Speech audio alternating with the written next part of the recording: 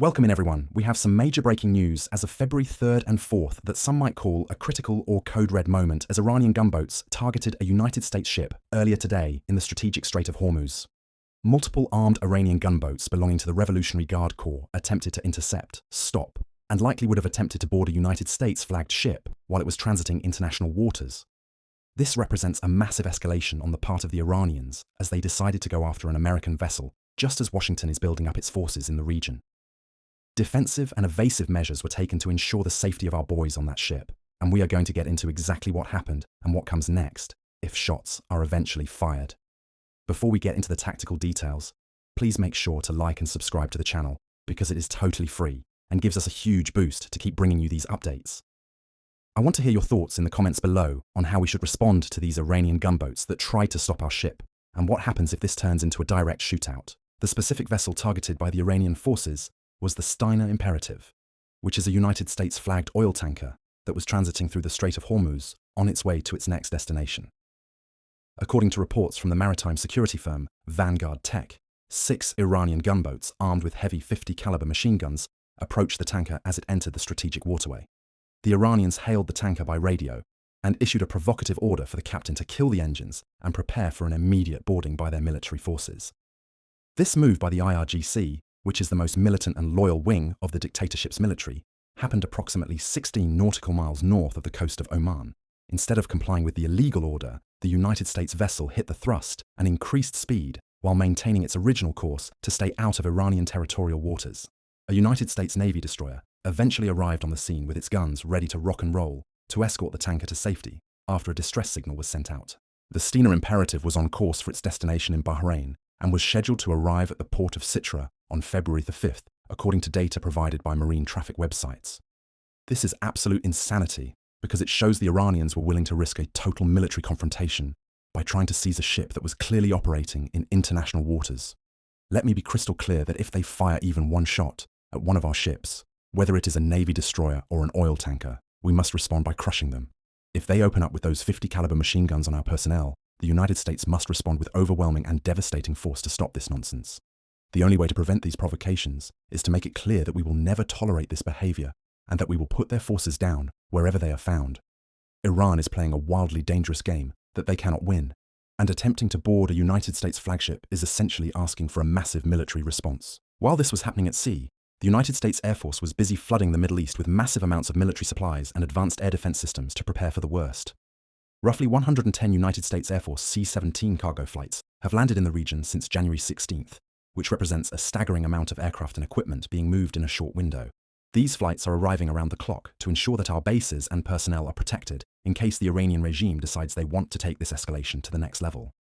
At the same time, we have tracked an Iranian government 747 flying to China to likely pick up more radar and air defense systems to bolster their own capabilities. This follows another Iranian flight that landed in China just 2 days prior, and then hightailed it back to Tehran with unknown supplies as they brace for potential strikes. The situation is on the brink because the Iranians have chosen to play a game with 6 gunboats while we are moving entire air defense networks into the area. The chaos is not just happening on the water, as mysterious fires and massive explosions ripped through the heart of the Iranian capital city of Tehran on the afternoon of February 3rd. Footage from the scene shows massive plumes of smoke rising over the city in an event that shocked the local population and highlighted the instability within the country. While the regime will likely claim that these incidents are just gas leaks, there seem to be a lot of gas leaks happening all of a sudden as tensions reach a boiling point. We do not know for sure what caused these explosions, but the timing is incredibly suspicious given the ongoing naval standoffs and the buildup of American military forces. This situation is unpredictable, and it looks like many of the diplomatic off-ramps have been removed, leaving all bets off as we monitor the fallout from these fires.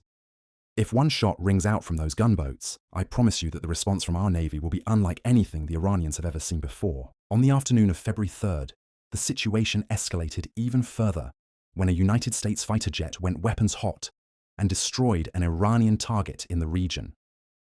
An F-35C Lightning II stealth fighter engaged and successfully shot down an Iranian attack drone that was making an aggressive approach toward the USS Abraham Lincoln. The Abraham Lincoln is one of our primary aircraft carriers, and the Iranians had been using drones daily to search for its exact location in the waters near Oman. The drone was identified as a Shahed 139 which is an Iranian-made attack platform that was flying with unclear intent and refusing to change its course toward our carrier. Despite attempts by United States Central Command to de-escalate the situation, the drone continued to fly aggressively, leaving the military with no choice but to use force. The F-35 pilot got a lock on the target and released a missile that resulted in a clean hit, obliterating the Iranian drone before it could cause any damage. The White House has since confirmed the shootdown, with a spokeswoman stating that Central Command acted both appropriately and necessarily to protect United States personnel and equipment. This drone was unmanned, but its proximity to our aircraft carrier made it a direct threat that had to be neutralized by our advanced fighter jets. This incident serves as a warning that any attempt to touch or risk our boats will be met with immediate and decisive military action from the world's most powerful military.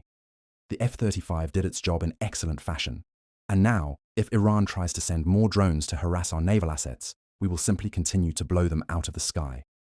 We also tracked a highly advanced Shield AI VBAT drone being launched from the UAE or Qatar shortly after the incident to provide additional surveillance. At the same time, a Qatari Eurofighter Typhoon was scrambled from Doha to get eyes on the situation and monitor the aftermath of the F-35 strike. In a more sinister development, a secret Russian jet from the 223rd Special Flight Unit was tracked entering Iranian airspace and then disappearing from radar screens entirely. This specific unit is used by the Russian government for clandestine and secret operations, often carrying high-level military or government officials to sensitive locations. The plane was lost on radar for a period, before it reappeared and then vanished again once it was deep inside Iranian territory, suggesting a high level of coordination. This movement is incredibly strange following the shootdown of the drone, and suggests that Russia and Iran are working closely together behind the scenes. We do not know the exact nature of the cargo or the officials on that plane, but its presence usually signals that something big is being planned. The Iranians are also trying to change the venue of peace negotiations from Turkey to Oman, and want to exclude other countries to talk only with the United States. Moving to the European front, NATO forces have made a major move by seizing a secret Russian ship that was suspected of smuggling goods from South America into Russia. Estonian authorities boarded and detained the container ship Baltic Spirit, which was sailing under a Bahamian flag, but is believed to be a part of the Russian Shadow Fleet. The ship was intercepted in Estonian internal waters after it had entered the area for bunkering, while en route from Ecuador to the city of St. Petersburg. The elite K-Commando police unit from Estonia carried out the boarding by helicopter, securing the deck to allow customs officials to perform a thorough inspection. These commandos were armed to the teeth with rifles and were wearing panoramic night vision goggles that can cost up to $60,000 apiece. This is just the latest in a series of ship seizures by NATO countries, including the United States, France, and Finland, as they crack down on Russian smuggling. The Baltic Spirit is part of a larger network of ships that Russia uses to ferry oil and other sanctioned items around the globe to fund its ongoing war machine. Estonia had a clear incentive to take this action after Russia violated their sovereign airspace with fighter jets and sent border troops across their land on multiple occasions. By seizing this vessel, Estonia is showing that they are willing to press their will on the Russians and enforce international sanctions despite any threats of retaliation. The Russians have tried to send their own navy ships to protect these Shadow Fleet vessels in the past, but they have been unable to stop NATO from taking them. This highlights the growing pressure on Russia as more countries join the effort to cut off their economic lifelines and seize their valuable cargo. The situation in Ukraine continues to get worse, and my assessment is that we are racing toward more combat and chaos rather than any kind of peace deal. Deep inside Russian territory, a massive and mysterious explosion occurred when a fuel train derailed in the Tambov Oblast, resulting in a giant fireball. The level of destruction from the explosion was described as unreal, with very dark smoke rising from the wreckage as the fuel cars burned intensely on the tracks. We do not know at this time if this was a tragic accident or a deliberate act of sabotage carried out by agents working behind enemy lines. Both sides of the conflict have targeted rail lines in the past, with Russia previously blowing up a critically important line in Poland using their secret agents. This explosion in Russia adds to the growing list of mysterious incidents happening across the region as the war between Russia and Ukraine continues to rage. Whether it was sabotage or an accident, it represents a major loss of fuel and logistics for the Russian forces as they try to sustain their military operations. Combat footage from the front lines in Ukraine also shows some incredible moments, including a Patriot air defense system intercepting a Russian ballistic missile over the capital city of Kiev. The video shows the Patriot missile, which is made in the United States, slamming into the incoming Russian projectile and destroying it in a massive explosion. Other footage shows a Shahed drone being taken down directly overhead by what sounds like a machine gun or a .50 caliber weapon as it attempted a strike. Despite these successful intercepts, Russian drones have continued to hit civilian targets, including a high-rise apartment building in Kiev that was set ablaze recently. This coordinated strike on a civilian building shows that Russia is still willing to use its drone and missile fleets to terrorize the population as the war drags on. These videos prove that the situation is far from over and that both sides are continuing to use advanced technology to strike one another. There is also a developing and very interesting situation unfolding in Cuba after a secret Russian military plane was tracked sneaking onto the island. An Il-76 cargo plane, which is typically used for trafficking military equipment and arms around the globe, landed at a military airfield south of Havana on February 1st. This is the same aircraft that was previously used by the Russian government to deliver military-related cargo to Venezuela before the fall of the Maduro regime. The flight was tracked landing at the San Antonio de los Banos airfield, a Cuban military installation that is located about 30 miles south of the capital. This movement follows a similar pattern to what was seen ahead of major military actions in Venezuela, serving as a warning indicator for analysts in the region. The Cubans are likely panicking because their economy is failing and they are running out of the oil they need to keep their country functioning. Cuba has long relied on subsidized oil from Venezuela to stay afloat, but the United States has cut off that supply, leaving the Cuban regime in a desperate position. Some estimates suggest that the island may have as little as 10 days of oil left, which is an incredibly serious situation for the communist dictatorship in Havana. Historically, when the Cuban government feels the heat from the United States, they turn to their old allies in Russia for help, just like they did in the 1960s. This recent flight could be delivering air defense systems or something even more provocative, like long-range strike drones to be used as a deterrent. President Trump has reportedly set a deadline for the end of 2026 to bring down the Cuban regime, and we are already in the early months of that year.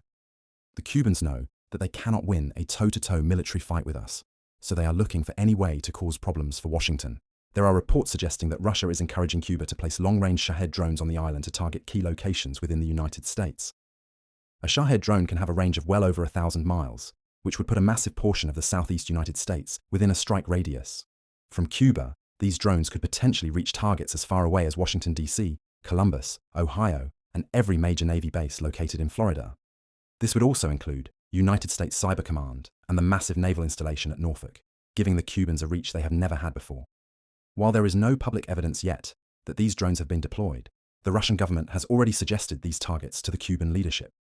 This is essentially the same playbook from the 13-day Cuban Missile Crisis, with secret long-range weapons being moved to our doorstep to create a standoff. If the Russians and Iranians are teaming up to give Cuba these Shahed drones, they are playing a game that could lead to the total destruction of the Cuban government. These drones, like the 136, 149, or 171 models, can pack a significant punch and have been used extensively to destroy infrastructure during the war in Ukraine. However, the Cuban leadership must know that if they ever launched one of these drones at America, they would see B-2 stealth bombers over their heads shortly after. Our military would not hesitate to obliterate every single military or government target on the island in response to such an attack on our soil. I would encourage the Cuban government to look for a peaceful resolution because they do not want to experience the overwhelming power of our great military. If they launch even one drone, we are taking them out, and it is just as simple as that for the United States military strategy. Back in the Middle East, the United States is making it clear that we will protect our naval assets at all costs, no matter who the aggressor might be. We have already seen the F-35 go weapons hot to destroy an Iranian target, and we have a destroyer on the scene to protect our oil tankers in the Gulf. The Iranians wanted to test our resolve, and they got to meet the power of a stealth fighter and the air-to-air missiles that it can release with precision. We are monitoring the situation closely as more Russian planes rush into the area and secret drones are launched from nearby allied countries.